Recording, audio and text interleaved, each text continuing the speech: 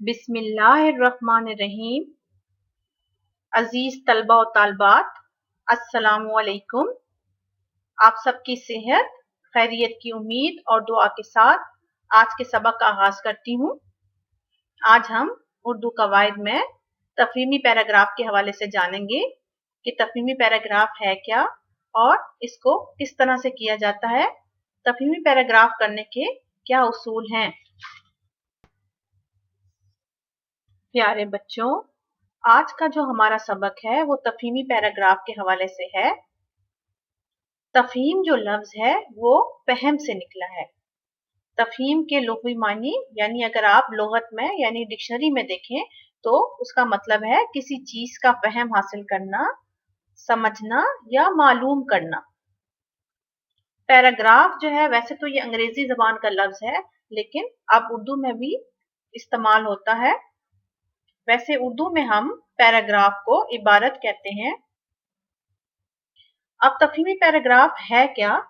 तफहीमी paragraph से मुराद है कि कोई भी किसी भी सबक या कहानी या मजमून का एक पैराग्राफ या एक इबारत जिसको अच्छी तरह से समझ लिया जाए और उसके एक एक नुक्ते से वाक़ियत हासिल करने के बाद उसमें से जो भी सवालात आपसे पूछे जाएं आप उसके बआसानी जवाब दे सकें।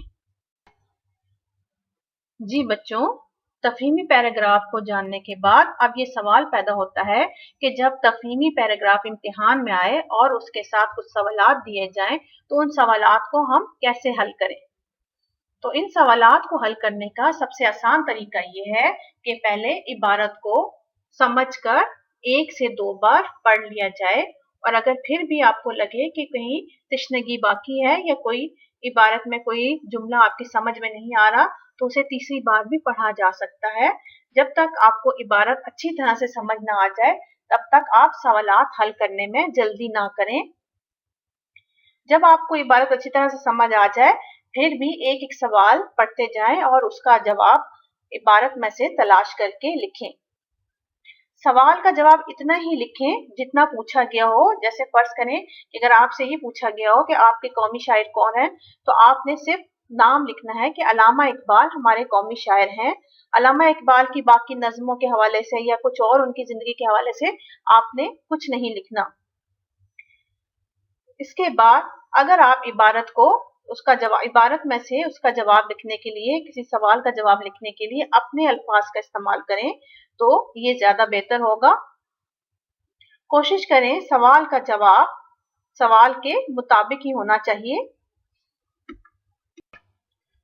जी बच्चों, तफहीमी पैराग्राफ हल करने के कुछ उसूल हैं।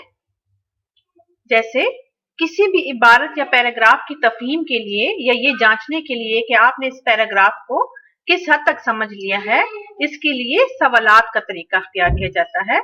यानी पैराग्राफ की तफहीम के लिए सवालात दिए जाते हैं और आपसे उनके जवाबात पूछे जाते हैं। अब जो सवालात होते हैं वो पैराग्राफ में दी गई मालूमात के मुताबिक होते हैं। यानी ऐसे सवालात आपसे पूछे जाते हैं जिनके जवाबात इबारत में मौजूद होते हैं लेकिन थोड़ी सोच विचार की जरूरत होती है। पैराग्राफ तलबा की जमात और जहनी सतह के मुताबिक होता है। यानी आपको ऐसा पैराग्राफ नहीं दिया जाता जो आपकी समझ से बालातर हो या जो आपको समझ ना आ सके। जैसी क्लास होगी वैसे ही पैराग्राफ भी होगा। जैसे जैसे आप बड़ी क्लासों में जाती हैं ऐसे ऐसे पैराग्राफ का जो मयार है वो भी बढ़ता चला जाता है और यानी पैराग्राफ बड़ा होता चला जाता है।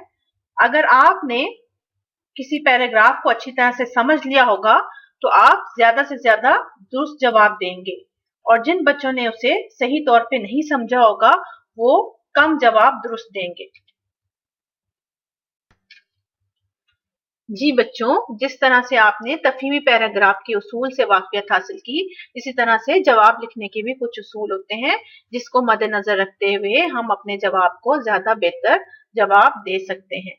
जैसे जवाब लिखने से पहले ये जरूर देख लिया जाए कि जो हमसे सवाल पूछा गया है वो किस जमाने में, जिस जमाने में सवाल पूछा जाएगा हमें जवाब भी उसी जमाने में देना होगा।